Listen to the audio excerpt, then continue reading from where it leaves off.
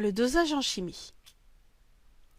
Pour vérifier la qualité du lait qui est fourni à la laiterie, il est nécessaire d'en connaître la composition exacte. Pour cela, les techniciens qui font les contrôles qualité mettent en place des dosages. Quel est le principe de cette méthode d'analyse chimique? Commençons par la définition.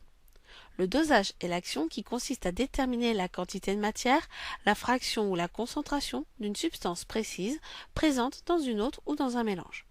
On parle aussi de titrage d'une solution. Oui, je vois bien à votre tête que ce n'est pas clair. On va donc rappeler des notions et expliquer un peu plus le principe. Première piqûre de rappel. En chimie, une solution, qu'est-ce que c'est? Voici une solution aqueuse dans un Erlenmeyer. C'est un liquide. L'espèce chimique majoritaire qui la compose est l'eau. C'est le solvant de notre solution aqueuse. Une ou plusieurs autres espèces chimiques peuvent y être présentes. Ce sont les solutés. Même s'ils sont en toute petite quantité, ce sont les solutés qui font que le liquide que vous avez dans un verre est un soda, un lait, un alcool, un produit d'entretien. Lorsqu'on étudie les solutions aqueuses, ce n'est pas l'eau qui nous intéresse. Bon, elle est là, elle est majoritaire, on le sait. Mais ne va pas s'en occuper. On fera en général comme si le solvant n'était pas là. Première conséquence. Comme l'eau est un solvant incolore, si le soluté est coloré, c'est lui qui donne la couleur à la solution.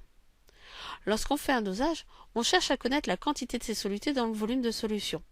On va donc mesurer la concentration du soluté. Cette concentration s'exprimera en mol par litre pour une concentration molaire, en grammes par litre pour une concentration massique. Autre notion qui intervient dans les dosages, celle de la réaction chimique. Prenons une solution aqueuse. Elle est de couleur verte, donc le soluté qu'elle contient doit être vert. On ajoute à cette solution une autre espèce chimique. Il se passe alors une réaction. L'espèce chimique jaune réagit avec l'espèce chimique verte. Il apparaît alors une troisième espèce chimique, issue de la réaction entre les deux premières. On peut résumer la réaction en écrivant une équation bilan. Lorsqu'une molécule verte rencontre deux molécules jaunes, cela donne une troisième espèce.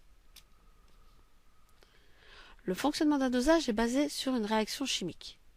Prenons une solution à doser. Elle contient une certaine quantité de soluté.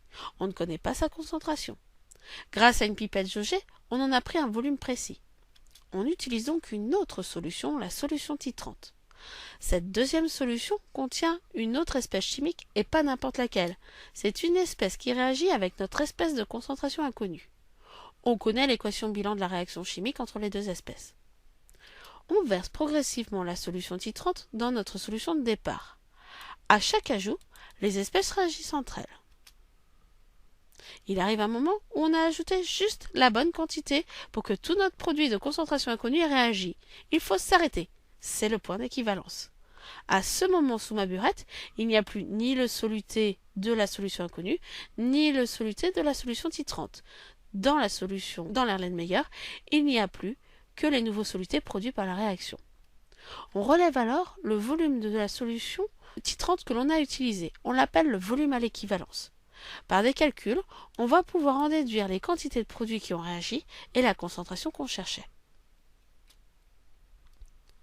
Le montage qu'on a fait lors du dosage a pour but d'atteindre ce point d'équivalence. Petite définition.